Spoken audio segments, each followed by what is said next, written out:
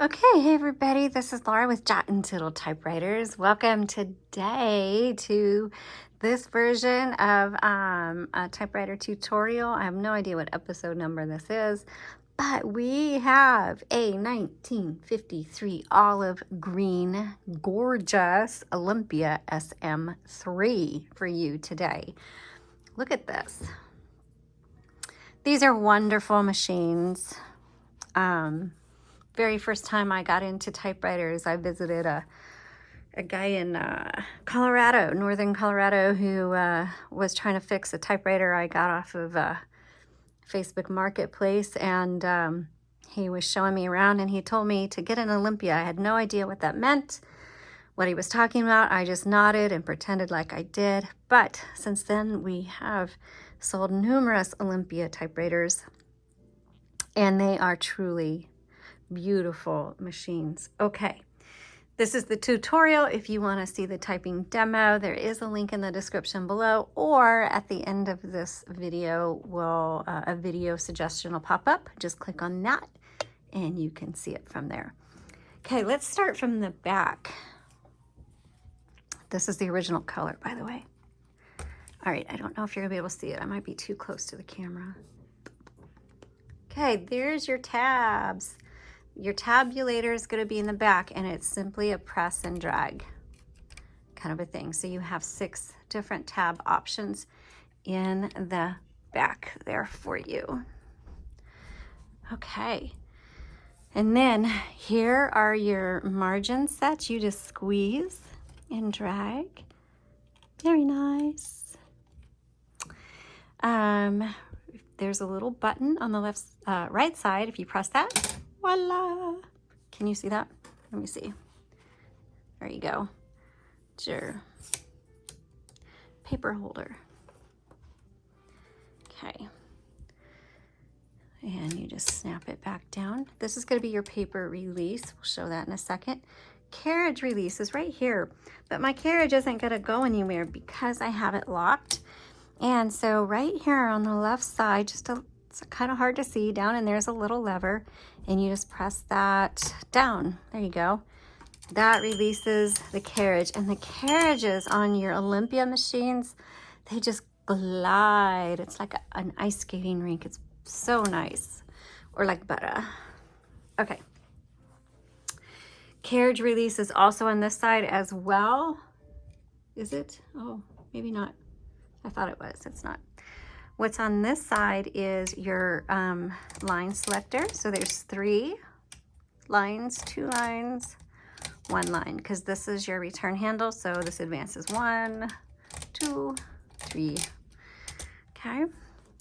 Let's move the carriage over to the left because we want to open the top and not hit our return handle. So pop it open just like that. Inside, it's lovely. Look at these tight bars, so nice. And you have your universal ribbon, which is a 2-inch spool with a 1/2-inch ribbon. They're very easy to find. You can get them on our website at jotandtittletypewriters.com. We have a less expensive option, which is just a plastic spool. It has about 20 feet of ribbon on it. Or we have the 48-foot option, which is hand rolled by us. And you can choose plastic or metal spools, black or black-red combo, and we will roll it for you. And then we have the custom ribbon option where if you send us your spools, as long as it takes a 1/2-inch ribbon, we can roll it for you with fresh ribbon, okay? Let me show you how to take these off. There's a little spring-loaded arm right here. You pull that back, pull the ribbon off. Voila, there is a guide wire. Don't forget to miss it right here. It looks like a double barrel, and it's over on the other side as well. So when you put it back in, make sure you pop it down, black on top, red on bottom. Make sure you get it back in, all the guide wires, and it's very, very messy job. Okay, and then go to our product listing. The link is in the description below. There's an up-close photo of this so that you can, it'll help you thread that ribbon through, just so you can use it as a reference. So, I mean, I don't know how to show you otherwise because my hands get in the way, but if you, I don't know if you can look, but right here is a little slit that's kind of in between that metal piece. So you're gonna have to slide your ribbon through there sideways and then straighten it out. Go behind, back through. This has a slit in the same manner. Make sure you put your ribbon through this double barrel over here. I know my hand is in the way. There's nothing I can do, sorry. And there you go. And then also when you thread it, make sure the ribbon comes around this way, okay? Goes around the outside.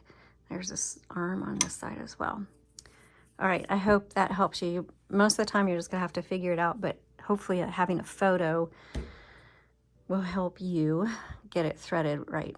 Okay, over here is, got lots of ink on my hand now, is your tension selector. And that really, it determines how hard these type bars will strike your paper.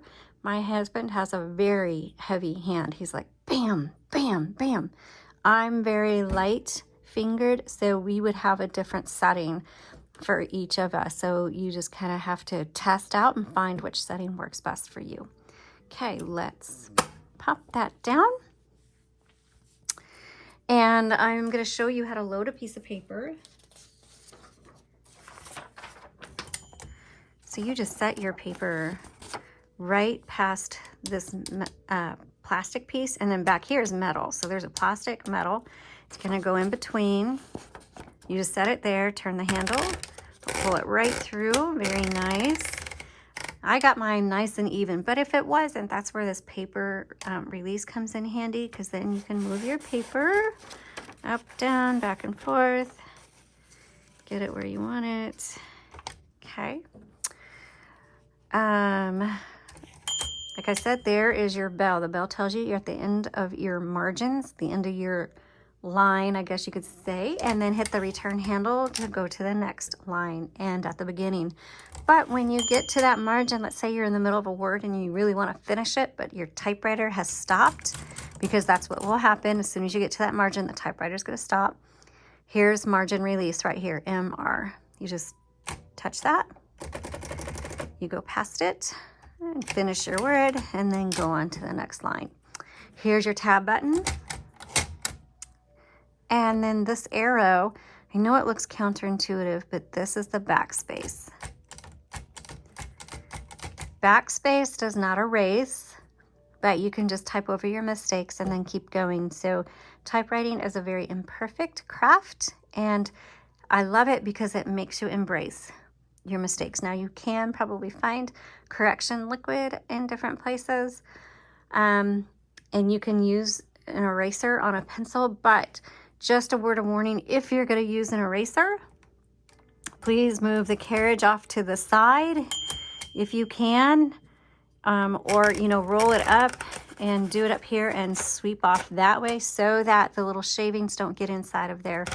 Also, with like liquid and stuff like that, be careful that it's not dropping in there. Make sure it's totally dry, because then it gets on the plate and it gets on your type bars. So just keep that in mind. Color selector right here, black on top, red on bottom. The white in the middle is stencil. You won't use that. If it's on that setting, it's not going to type right. So if your typewriter is just not performing just right, or the font's really faint, two things to check. Reverse the direction of your ribbon, which manually can be done right here. You just press, remember those double barrels I showed you? These, that's your ribbon reversal. And you just tap, and it doesn't matter which side. Okay, That's your ribbon reversal, and you can touch it right here, okay? That's how you maneuver. So if it's not working, try reversing the direction of your ribbon and making sure your color selector is firmly on black or red. That ribbon on your spools, by the way, is going to last you a really long time. So even though you get to the end of the spool, reverse the direction of that thing and keep typing, and you should do it dozens of times before the ink runs out. All right, that is how you use your Olympia SM3. You will love it. It should operate beautifully for you. Or if you are just on the hunt and you're trying to figure out which typewriter is best for you, if you are an active writer, then the Olympia typewriters the SM series are a fantastic option. The only people that I wouldn't recommend the Olympia series for are those with smaller hands, just because the keys are further apart and it's hard on the pinky. And when you have smaller hands, it's actually a really big deal. It'll slow you down a lot. So that's just my 2 cents on that. Hope you enjoyed this. Please give us a thumbs up. Like our channel, get notifications, watch every Saturday. I put out a montage, and that's just really fun. And we have new listings on Saturday. Thanks so much for watching. Have a great day.